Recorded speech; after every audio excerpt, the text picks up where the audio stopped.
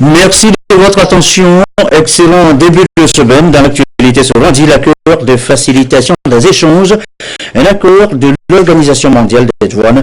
Il est en vigueur, mais le contenu reste à maîtriser. La douane togolaise et du reste du continent s'approprie le document depuis ce matin à Lomé. Aujourd'hui, 29 mai, journée internationale des casquettes bleues, occasion d'évoquer le rôle de maintien de paix des Nations Unies. Ce sera à la faveur d'une conférence à Lomé, à l'ESA, École supérieure des affaires. Et puis le grand spectacle ce soir, le grand show, Calebas Challenge, un spectacle d'air orateur au service du développement durable. Sur scène, 6 slameurs assurent enfants d'édition. Voilà, madame, monsieur le sommaire, bienvenue, bonsoir à tous. On commence donc ce soir d'abord par l'accord de facilitation des échanges, un accord de l'Organisation mondiale du commerce. Le moins qu'on puisse dire pour l'instant, c'est qu'il permet d'alléger le processus de transaction des marchandises. Il est déjà en vigueur. La douane togolaise et celle du reste du continent travaillent depuis ce lundi sur le contenu. Kossi, Adjossi et Demsosouko. L'administration douanière d'Afrique de l'Ouest et du Centre se donne les moyens de réussir efficacement l'accord de facilitation des échanges de l'Organisation mondiale du commerce, OMC. Cet accord, en vigueur depuis février 2017, s'il est bien appliqué, aura le mérite de moderniser les procédures de transaction douanière. On notera une réduction du coût du commerce à 14,3% en moyenne par an. À Lomé, cette rencontre de haut niveau va donner plus de précision aux douaniers sur cette nouvelle dynamique d'échange commercial voulue par l'Organisation mondiale du commerce et soutenue par l'Organisation mondiale des douanes. Il ne faudrait pas qu'il y ait des obstacles sur la route. Il faut que ça aille très vite parce que le monde évolue. Et il faut ne pas être à la traîne. L'Afrique, aujourd'hui, nous ne sommes pas très bien lotis au niveau du commerce. C'est parce que nous avons trop d'entraves au niveau de notre commerce. Et il faut suivre le gouvernement. Voilà un peu, c'est dans ce cadre que l'accord a été signé. C'est plus même pour aider les pays en développement, les pays pauvres comme nos États. Nous allons développer notre commerce. Le volume des échanges entre, par exemple, les pays de notre région et les autres pays va s'accélérer. Et nous-mêmes, en interne, l'accord prévoit des dispositions qui font que quand un commerçant togolais va en Côte d'Ivoire, il n'y a vraiment pas d'obstacle. Il est tout à fait normal que les douanes qui sont le moteur de la facilitation, parce que vous savez que le concept de facilitation des échanges est défini au niveau de l'Organisation mondiale du commerce, mais les outils techniques pour mettre en œuvre ce concept sont avec les douanes. Donc dans le cadre du programme Mercator, les 23 pays de notre zone Afrique occidentale et centrale de l'OMD, les participants donc se retrouvent à Lomé pour réfléchir sur la facilitation des échanges et puis la sécurisation de la chaîne logistique internationale. C'est dans ce cadre-là que des experts de haut niveau sont là pour discuter autour de cette thématique-là et également permettre l'échange de bonnes pratiques au niveau de notre région, des pays. Quand on regarde au niveau de chaque État le niveau de mise en œuvre de cet accord de Bali, qui doit nécessairement promouvoir le commerce international. Au Togo, les chantiers liés à la facilitation des échanges commerciaux sont ouverts et ont sensiblement évolué. Pour sa part, le Togo s'est engagé sous l'impulsion du chef de l'État, son Excellence M. Faure Essoziman Yassimbe, à faire de notre pays un hub d'excellence en matière de modernisation et de libre circulation des biens et des personnes, facteurs de création de richesse, pour réduire de façon sensible le temps de passage des marchandises au cordon douanier, simplifier les formalités et les procédures le gouvernement a mis en place un guichet unique pour le commerce extérieur. En matière de transport terrestre, des infrastructures ont été modernisées pour faciliter le déplacement des gros porteurs, tout en mettant l'accent sur la sécurité de la chaîne logistique internationale. Des 23 administrations douanières de l'Afrique de l'Ouest et du Centre, 10 ont ratifié cet accord de facilitation des échanges. Ici, un appel est lancé à ceux qui traînent encore les pas à rejoindre le Togo et les 9 autres pays pour définitivement régler le problème des barrières non tarifaires et booster le commerce, moteur essentiel de développement. La compréhension, la maîtrise de cet accord va, en point douter, aider l'économie, surtout en cette phase de transition de l'économie informelle vers une économie formelle. Les syndicats s'impliquent, but, travailler à la finalisation de l'économie informelle. Et pour cela, il faut avoir les outils nécessaires. De deux arrêts, comme vous regardez. Un passage obligatoire de l'économie informelle pour aller à l'économie formelle. C'est une nouvelle donne de l'Organisation internationale du travail OIT qui le mentionne si bien dans sa recommandation 204. Recommandation selon laquelle les travailleurs, qu'ils soient du formel ou non, doivent jouir des mêmes droits et avantages. Désormais, les petites et moyennes entreprises, grands pourvoyeurs d'emplois doivent se conformer à cette décision pour un monde plus juste et prospère. Il faut donc sensibiliser et renforcer les capacités des travailleurs sur ce défi.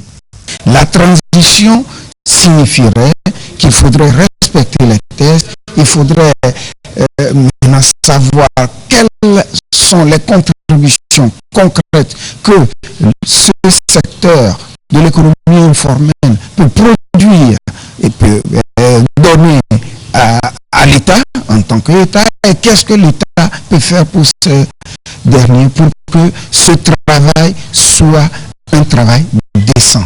Et c'est ça l'essentiel du travail que nous voulons faire aujourd'hui avec le BIT à travers le projet gouvernance qui va essayer d'accompagner les organisations syndicales à sensibiliser les travailleurs du secteur de l'économie informelle pour pouvoir assurer une transition rapide, paisible et parfaite. Cette démarche du Bureau international du travail vise à promouvoir les droits des travailleurs afin de leur garantir une protection sociale et un travail décent avec des salaires conséquents. Soulignons que près de 80% de la population active s'exerce dans l'informel au Togo, selon les statistiques. Aujourd'hui, 29 mai, journée internationale des casques bleus onusiens, ces soldats de la paix évoqués, mieux célébrés ce jour à l'école supérieure des affaires. Et au-delà, eh bien, c'est le rôle des Nations Unies dans le maintien de la paix et dans le monde qui est exploré. Un reportage de Ferdinand Tiassou avec Larissa Ticlé. Depuis quelques années, le Togo s'est illustré en matière du maintien de la paix dans le monde. Actuellement, ces opérations de maintien de la paix sont dénombrées avec environ 113 000 hommes, dont 2500 Togolais. Le système des Nations Unies et le ministère de la Défense et des anciens combattants, à l'occasion de la Journée internationale des casques bleus, rendent un hommage au contingent togolais pour leur bravoure et sens de responsabilité sur le terrain des opérations. Il faut tout faire pour préserver la paix, pour maintenir la paix. Et on a fait ressortir aussi l'importance des missions, des opérations de maintien de la paix dans le monde. Le travail est énorme, mais les Nations Unies sont là pour appuyer la paix dans le monde. C'est également une opportunité pour les étudiants de l'École supérieure des affaires ESA de découvrir les réalités de la mission des casques bleus dans le monde. Je ne savais pas vraiment ce que les casques bleus faisaient. Je sais qu'ils interviennent dans le pays pour sauver des personnes, mais je ne savais pas l'importance de leur travail. Aujourd'hui, on a pris grande chose. On dit que si deux parties qui sont en conflit n'admettent pas un intermédiaire comme l'ONU, c'est pas possible qu'ils viennent sauver le pays. On nous a mieux expliqué comment se fait, comment l'ONU fonctionne et les objectifs qu'il veut atteindre. On nous a également parlé de l'organigramme et des procédures que l'ONU utilise pour intervenir ou bien pour participer au maintien de la paix dans le monde.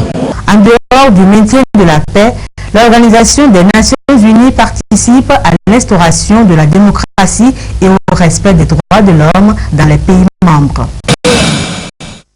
Seules, elles ne suffisent plus les armes traditionnelles pour traquer les criminels. Le phénomène, vous le savez, développe de nouvelles formes. La riposte doit donc suivre.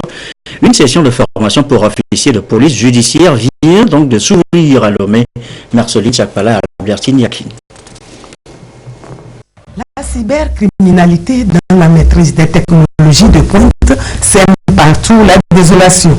Pour faire face à cette situation, une synergie d'action s'impose entre le corps judiciaire et la police.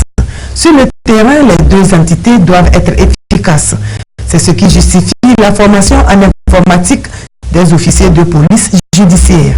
On va leur apprendre à saisir dans ce logiciel qu'on appelle le Word, leur apprendre à cacher leur travail dans les dossiers, leur apprendre à saisir leur PV d'enquête et à sauvegarder surtout pour d'autres statistiques ou d'autres enquêtes. Nous voulons que ces acteurs qui interviennent dans la chaîne pénale s'approprient l'usage de l'outil informatique, comment utiliser cet outil-là pour les investigations, constater les infractions, conserver les preuves numériques, assurer la traçabilité. Premier maillon de la chaîne pénale, la police doit être mieux outillée pour affronter plusieurs formes de criminalité. On assiste aujourd'hui à la montée des nouvelles formes de criminalité, savoir blanchiment de capitaux, financement du terrorisme, traite des personnes, trafic d'armes, piraterie maritime, trafic de stupéfiants, toute infraction préparée et perpétrée avec des moyens sophistiqués à la faveur des technologies de l'information et de la communication pour être approprié à la criminalité de notre temps. La riposte doit avoir pour socle la parfaite maîtrise des moyens utilisés par des délinquants comme de leur modus vivendi. Lancé depuis 2006 par le gouvernement, le programme national de modernisation de la justice est conçu dans l'optique de faire de la justice un facteur de développement. En 2013, l'automatisation de la chaîne judiciaire est devenue plus concrète avec les différents acteurs qui participent à son émergence. Éviter du moins réduire les pertes d'énergie électrique à la distribution, objet d'une rencontre à Lomé depuis ce matin. Les experts venus de pays d'Afrique francophone échangent donc pour trouver des solutions à ce fléau. Serge Tastom, Christine Petit-Kialoudé. La distribution et la vente illicite de l'énergie électrique, les sous-locations et les réseaux araignées ont été identifiés par les sociétés d'énergie comme des sources de pertes. Dans cette situation, une partie de l'énergie n'est pas comptabilisée. Un vrai enjeu dans l'équilibre entre l'achat, la production et la vente de l'énergie. Certaines personnes savent aujourd'hui comment subtiliser de l'énergie et rendre aveugles les compteurs. Donc l'ensemble de ces pertes, quand elles atteignent un niveau insupportable, mettent en péril les sociétés d'énergie électrique ou bien poussent les sociétés à les répercuter sur le tarif. c'est toutes les sociétés de la sous-région qui ont ce problème. Vous verrez qu'au départ, le tableau compteur était carrément plaqué sur des planches en bois. Mais pour prévenir les pertes, nous avons adopté maintenant les coffrets qui sont scellés avec des plans et avec la marque CT. C'est pour dissuader les fraudes. Vous verrez qu'aujourd'hui, on utilise un autre type de disjoncteur différentiel, sensible quand quelqu'un touche au fil. Le disjoncteur tombe. Les techniciens et ingénieurs des différentes sociétés d'énergie d'Afrique sont à Lomé pour mutualiser leur savoir-faire et identifier les solutions appropriées pour lutter contre ces pertes. Il est question maintenant de partir de manière pratique, de dire quelle est la solution pour chaque pays. Les experts vont s'échanger les idées, proposer des solutions et arriver à un canevas commun d'action. 9 pays échangent déjà l'énergie dans l'espace CEDEAO. L'initiative du WAP, un système d'échange d'énergie électrique ouest-africain, entend aider chacun des pays participants à mieux se préparer pour tirer meilleur profit de ce marché régional d'électricité qui se veut également un cadre d'intégration. La suite et cette annonce début selon dit d'une campagne de vaccination contre le cancer du col de l'utérus. Sont concernées les filles de 9 à 10 ans dans les districts de Tchamba et du Golfe. L'opération court jusqu'au 2 juin prochain. Rufine Komaclo, Nathalie Panegui.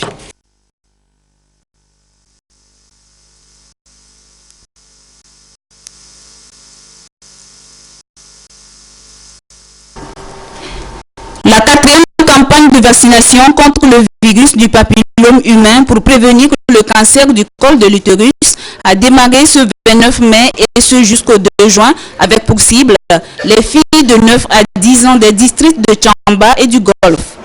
2 zones retenues à cette première phase d'expérimentation du projet de démonstration du vaccin contre ce virus, projet dont la mise en œuvre remonte à 2015 au Togo.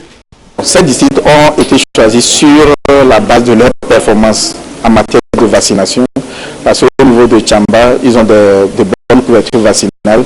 Et donc, c'est un critère qui permet d'améliorer, de voir l'amélioration des couvertures lorsqu'on introduit un nouveau vaccin. Et vous allez savoir que l'un des critères, c'est d'être sûr que 80% des filles qui seront dénombrées pourront recevoir le vaccin que nous administrons aux filles. Les résultats des 3 campagnes précédentes sont jusqu'ici satisfaisants, selon les acteurs impliqués. Toutefois, la représentante de l'OMS au Togo a, au nom des partenaires techniques et financiers, fait des plaidoyers qui, à coup sûr, permettront l'extension de cette action à d'autres régions du pays. Le plaidoyer pour mobiliser des ressources non seulement extérieures, mais aussi des ressources domestiques pour assurer la durabilité de cette vaccination. Je plaide également pour qu'il y ait des performances soutenues du programme élargi de vaccination. Le travail avec les autres secteurs a été évoqué. Le secteur de l'éducation, le secteur de l'action sociale, celui de l'enseignement supérieur et de la recherche. Le cancer du col de l'utérus étant le deuxième cancer le plus fréquent chez les femmes, avec 300 000 décès par an, il urge de mener des actions beaucoup plus concertées entre les acteurs. Nous sommes donc à la deuxième phase de la deuxième cohorte de cette vaccination contre le virus du papillome humain qui fait le lit du cancer du col de l'utérus. Les phases précédentes ont eu un succès extraordinaire grâce à la mobilisation des uns et des autres. Parce qu'il est connu que seul on peut aller vite, mais pour aller loin, il faut être ensemble. La fin de cette quatrième campagne marquera également la fin du dit projet dont la durée est de 2 ans. Il est 20h18 à l'étranger après Donald Trump, après le G7. Eh bien, c'était une nouvelle rencontre test pour Emmanuel Macron. Et cette fois, dans le fastidieux décor de Versailles, un face-à-face sans langue de bois. Tous les sujets ont été mis sur la table. Regardez. C'est le printemps des poignées de main pour Emmanuel Macron. Bienvenue, dit le président français à Vladimir Poutine. La version Trump, viril et appuyé, le salut d'aujourd'hui est plus classique, cordial, mais sans excès, à l'image des relations franco-russes. La République a sorti ses plus beaux atours royaux pour accueillir le maître du Kremlin. Versailles plutôt que l'Élysée, des stucs pour redorer un lien distendu. L'un et l'autre croient aux relations personnelles pour faire avancer la diplomatie. Alors, après un entretien d'1h30, suivi d'un déjeuner, une seule question. Le climat a-t-il été chaleureux entre Vladimir Poutine et Emmanuel Macron? La chaleur, elle est dans la pièce et dans le climat qui nous entoure. Et surtout, c'était un échange, le premier que nous avions l'un et l'autre. Je crois que ça a été un échange extrêmement franc, direct. On partage des désaccords, mais au moins on les a partagés. Et surtout, on voit comment construire de manière concrète une action commune. Tout a été mis sur la table, affirme le président français, notamment le sujet des répressions menées contre les homosexuels en Tchétchénie. Le président Poutine a d'ailleurs indiqué avoir pris plusieurs initiatives sur le sujet des personnes LGBT en Tchétchénie, avec des mesures visant à faire la vérité complète sur les activités des autorités locales.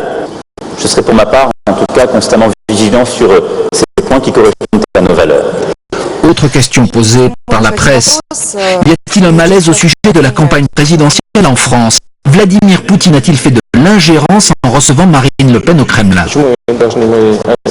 Pourquoi refuser une rencontre avec une personne intéressée qui a depuis très longtemps travaillé au rapprochement avec la Russie?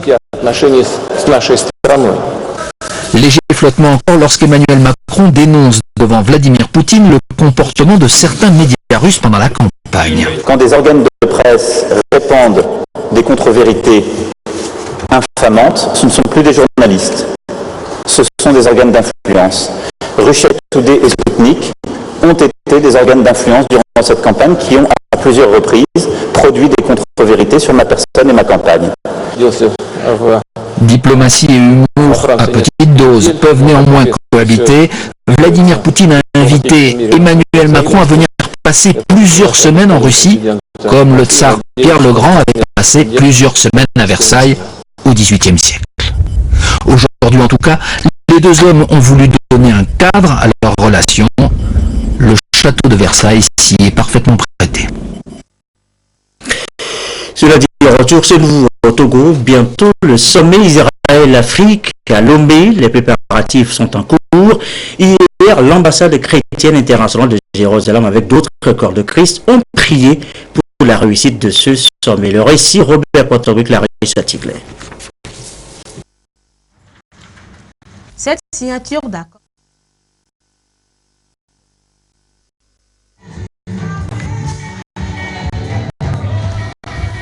Prière et louange à l'honneur au Seigneur qui a favorisé les bonnes relations qu'entretiennent les peuples d'Israël et du Togo. Un culte spécial de l'ambassade chrétienne internationale de Jérusalem et siège du Togo pour donc implorer la bénédiction divine sur le Togo et l'Israël au moment où toute la nation togolaise se prépare à accueillir le premier sommet international Israël-Afrique à Lomé. La parole de Dieu nous recommande de prier pour Israël, de bénir Israël. Et celui qui bénit Israël sera aussi béni. Donc nous sommes en train d'accomplir cette parole. Et nous prions aussi pour notre pays, le Togo. C'est une grâce, c'est vraiment une bénédiction pour nous. Et nous sommes reconnaissants de tout ce que Dieu fait dans ce pays et pour le bonheur de ses habitants.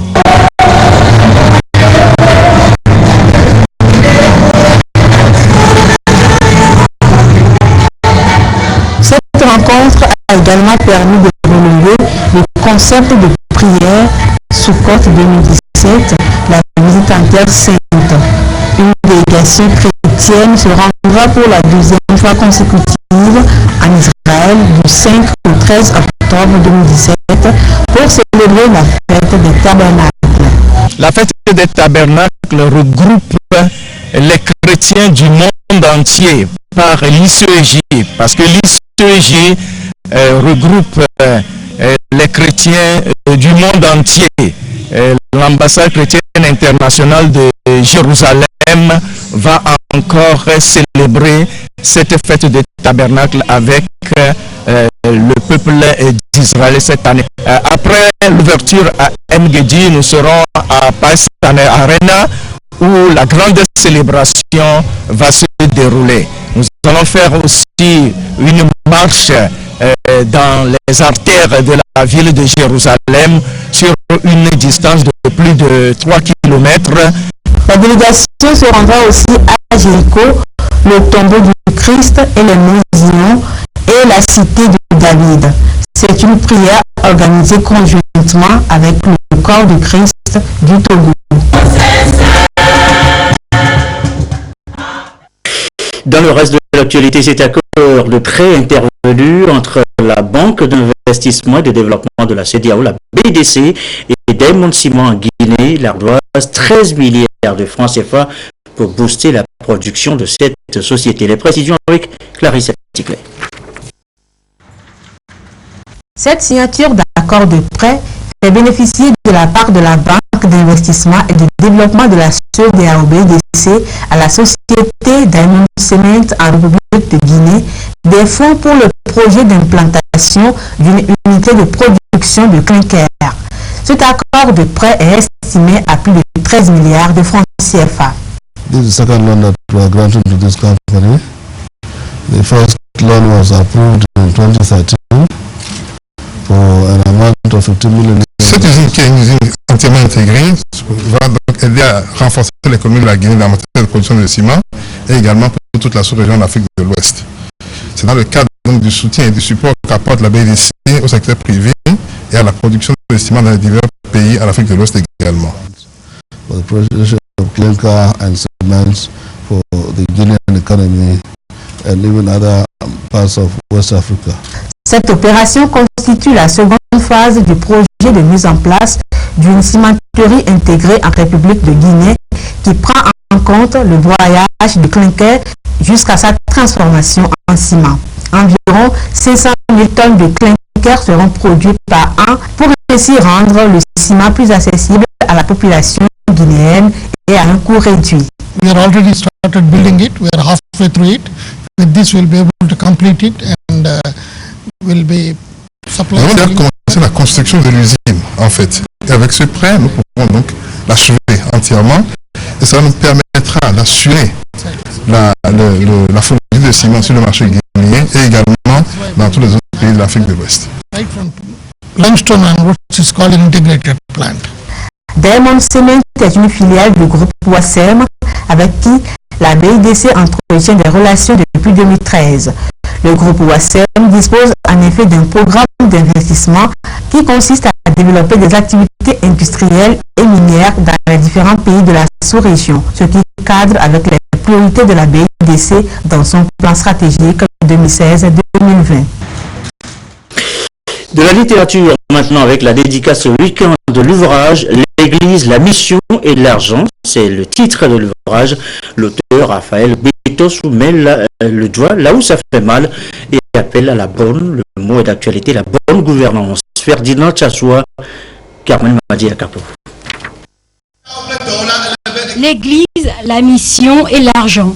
Stratégie d'une bonne gestion financière pour la réussite de la mission de l'Église. C'est le titre du nouveau livre du révérend pasteur Raphaël Kosik Betossou, un ouvrage de 122 pages réparties en 8 chapitres qui vient proposer des approches de solutions pour la bonne gestion financière des ressources de l'Église. l'église. Lorsque nous voyons aujourd'hui sur le terrain, il y a beaucoup de problèmes qui se posent.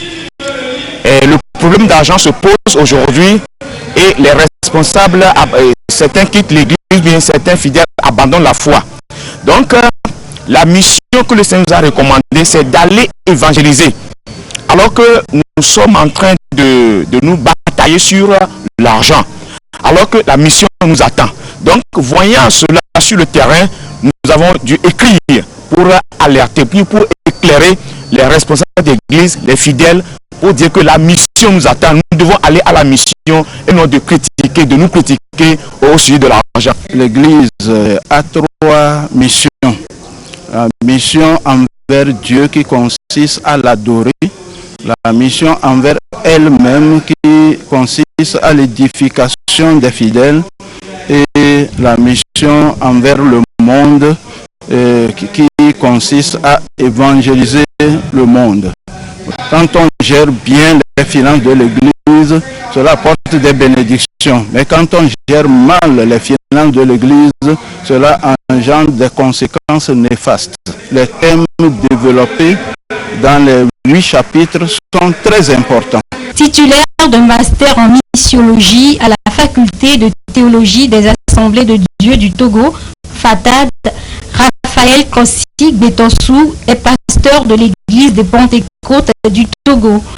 Il est bilingue et actuellement enseignant à l'Institut biblique et théologique des églises de Pentecôte du Togo. L'auteur est à son 2e ouvrage. Le premier est intitulé « Combattre le syncrétisme dans l'Église ».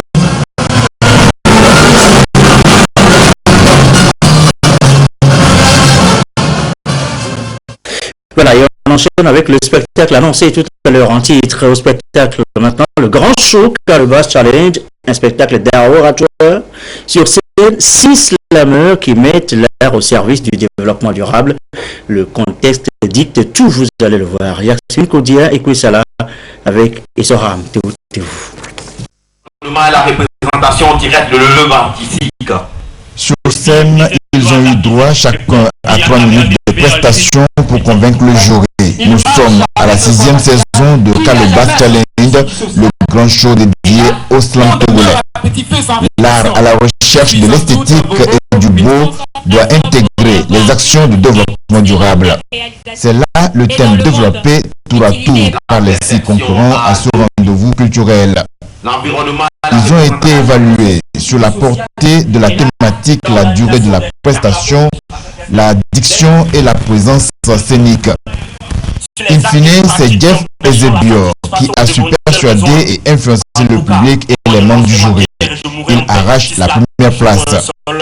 Je suis heureux, mais comme dans le slam on dit que le meilleur poète ne gagne pas, ça ne veut pas dire que les autres n'ont pas mérité. Ils ont tous mérité, on a tous mérité. Nous remarquons tous que la planète, notre Terre est au bord de l'Armageddon. Donc on ne doit pas négliger. Et détenteur de cet art sublime, on est obligé de le mettre aux côtés de l'environnement pour pouvoir assurer la relève de demain. Cette soirée a été vraiment une soirée formidable, fantastique. Parce que les organisateurs et les prestataires ont su mettre en exergue l'utilité de l'art dans le développement durable. Ils ont su également combiner aussi bien l'humour et la réalité.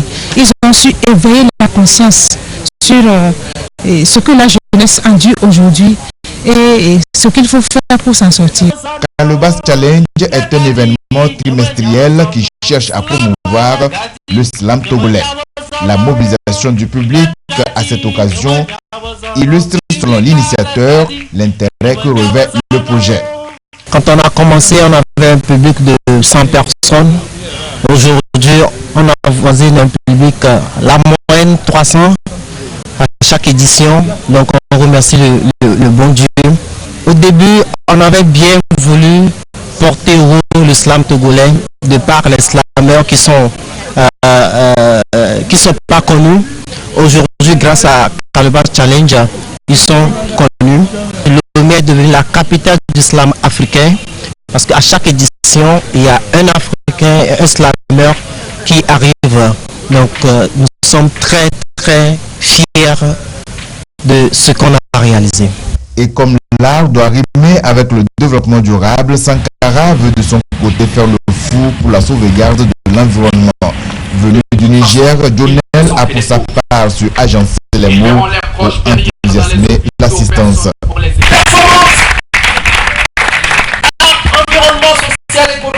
Rendez-vous est donc pris en août prochain pour la 7e édition de Calebas Challenge.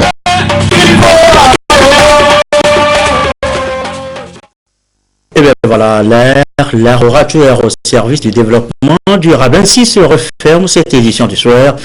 Merci à vous qui nous suivez encore ce soir sur la télévision togolaise et comme d'habitude, toujours fidèlement. Très belle soirée.